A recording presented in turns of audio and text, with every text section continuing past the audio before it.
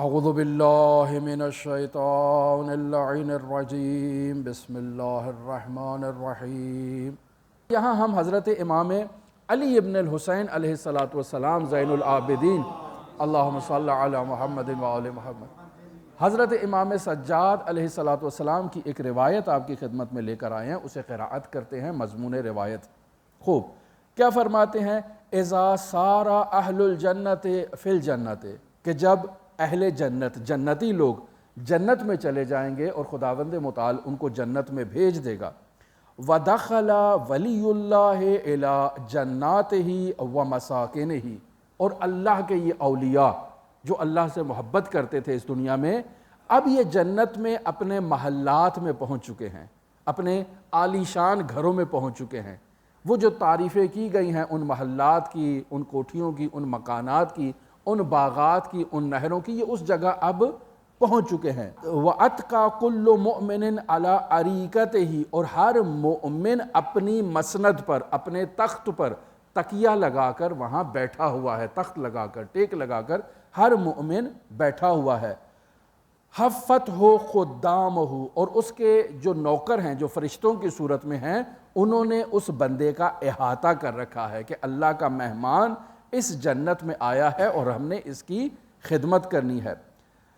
تحدلت علیہ الثمار، اب یہ جو اللہ کا جنتی بندہ اس تخت پر بیٹھا ہے، اب اس کا کبھی سیب کھانے کو دل کرتا ہے، کبھی انار کھانے کو دل کرتا ہے، کبھی انگور کھانے کو دل کرتا ہے، تو وہ پھلوں کی شاخیں جھک جاتی ہیں اس کے سامنے تاکہ یہ جو چاہتا ہے ہمارے وجود سے اتار کر تناول کر لے۔ خوب وَتَفَجَّرَتْ حَوْلَهُ الْعُيُونَ، اور اس کے اطراف میں چشمے جاری ہیں، نہریں جاری ہیں کہ جن سے یہ فیضیاب ہو سکتا ہے، اور فیضیاب ہو رہا ہے۔ ضروری نہیں کہ انسان ان چشموں سے پانی پیے، دودھ پیے یا کوئی سبیل استعمال کرے، خود ان چشموں کا بہنا، ان کی وہ دل نشین آواز خود انسان کے لیے سرور کا باعث ہوتی ہے۔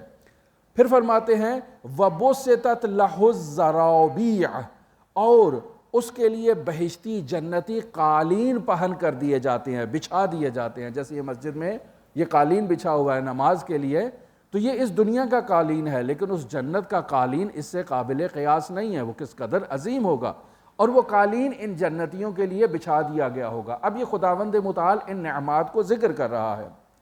پھر فرماتا ہے حضرت امام زین العابدین کی زمانی، وَصُفِّفَتْ لَهُ النَّمَارِقُ، اور اس کے لیے تکیے سجا دیے گئے ہیں۔ وَآتَتْهُ الْخُدَّامُ بِمَا شَاءَتْ شَهْوَتُهُ مِن قَبْلِ أَن يَسْأَلُهُمْ، اور وہ جو جنت کے خادم ہیں، وہ جو فرشتے ہیں جو اس کی خدمت پر مامور ہیں، جس چیز کی اس کے وجود میں خواہش ہوگی، ابھی یہ لب پر اس خواہش کا اظہار نہیں کرے گا، وہ خادم فوراً اس کے سامنے اس جنتی نعمت کو اس کے سامنے پیش کر دیں گے۔ اب اس کے بعد کیا مرحلہ فرما رہے ہیں؟ وَيَخْرُجُ عَلَيْهِمُ الْحُورُ الْعِينُ مِنَ الْجِنَانِ، اور ان لوگوں کی طرف جنتی حوریں جو ہیں وہ ان کی طرف آگے بڑھیں گی ان کی خدمت کرنے کے لیے۔ اچھا، فَيَمْكُثُونَ بِذَلِكَ مَا شَاءَ اللَّهُ، اور جب تک یہ چاہیں گے اللہ کی اس جنت میں قیام کریں گے اور استراحت کریں گے۔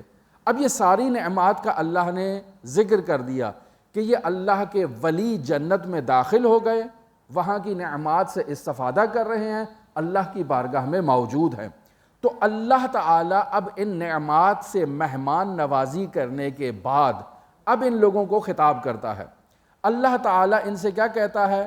الا هل انبئکم بخیر مما انتم فیہ، بھئی میرے اولیاء، تم نے اس جنت میں میری نعمات سے فیض تو حاصل کر لیا ہے، تو کیا میں تمہیں ایک ایسی نعمت کا نہ بتاؤں جو ان سب نعمات سے زیادہ اچھی ہے، جس سے تم ابھی فیضیاب نہیں ہو رہے ہو، کہ ایسی نعمات کی طرف تمہیں متوجہ نہ کروں؟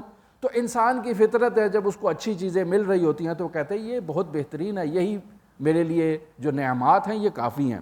لہٰذا یہ لوگ کیا کہیں گے؟ نحنو فی مشتہت انفسنا وَلَذَّتْ أَعْيُنُنَا مِنَ النَّعَمِ فِي جَوَارِ الْكَرِيمِ، اے میرے پروردگار تیری قربت کے جوار میں ہم بیٹھے ہیں، اس قدر نعمتوں سے ہم فیضیاب ہو رہے ہیں، ہماری دل کی خواہشات یہاں سے پوری ہو رہی ہیں، ہماری آنکھوں کو ان نعمات سے لذت مل رہی ہے۔ مولا اتنی اچھی تو نعمات ہیں یہاں پر، اب اور کس نعمت کا ہمارے سامنے ذکر فرما رہا ہے؟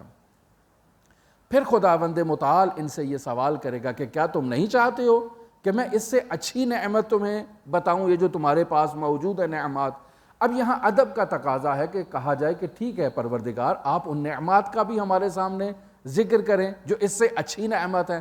لہٰذا یہ جنتی اللہ کی بارگاہ میں کہیں گے کہ جی ہاں میرے پروردگار بتائیے کہ وہ کون سی نعمتیں ہیں۔ تو اللہ تبارک و تعالی ان لوگوں سے کہے گا رضای عنکم و محبتی لکم خیر و اعظم مما انتم فیہ۔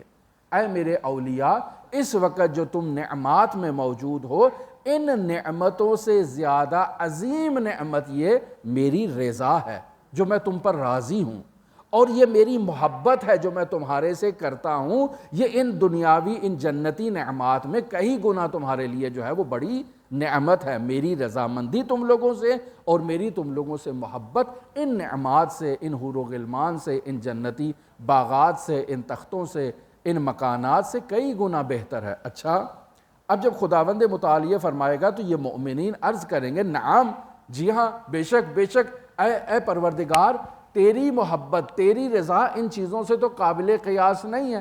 ہم تو دنیا میں جب موجود تھے تو انہی نعمات کو ہم فدا کرتے تھے، قربان کرتے تھے تیری محبت کے اوپر۔ تو اے میرے پروردگار، یہ جنت میں جتنی بھی تو نے نعمات عطا کی ہیں یہ سب قربان ہیں، یہ سب تیری محبت کے اوپر، تیری رضا کے اوپر فدا ہیں۔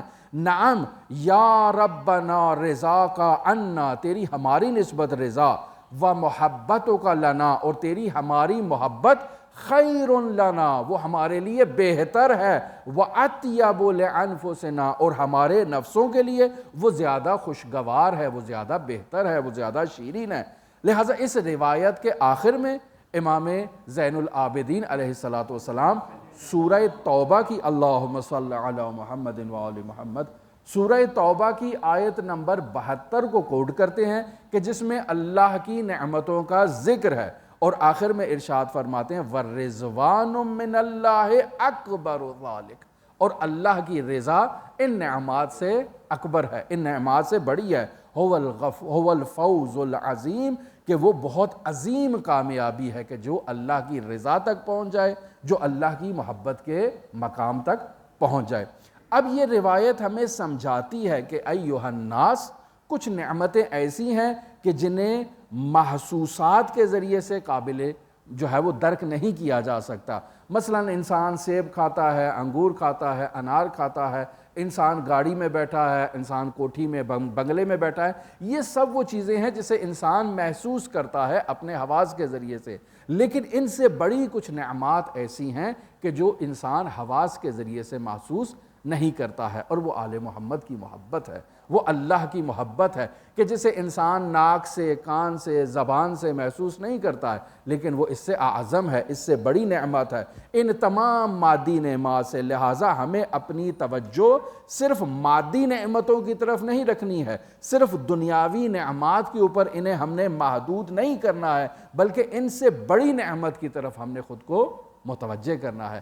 اور یہ بڑی نعمات، یہ لذات جو اللہ کی محبت کے ذریعے سے، اللہ کی رضا کے ذریعے سے حاصل ہوتی ہے، وہ صرف اس دنیا سے محدود نہیں بلکہ آخرت سے تعلق بھی رکھتی ہے۔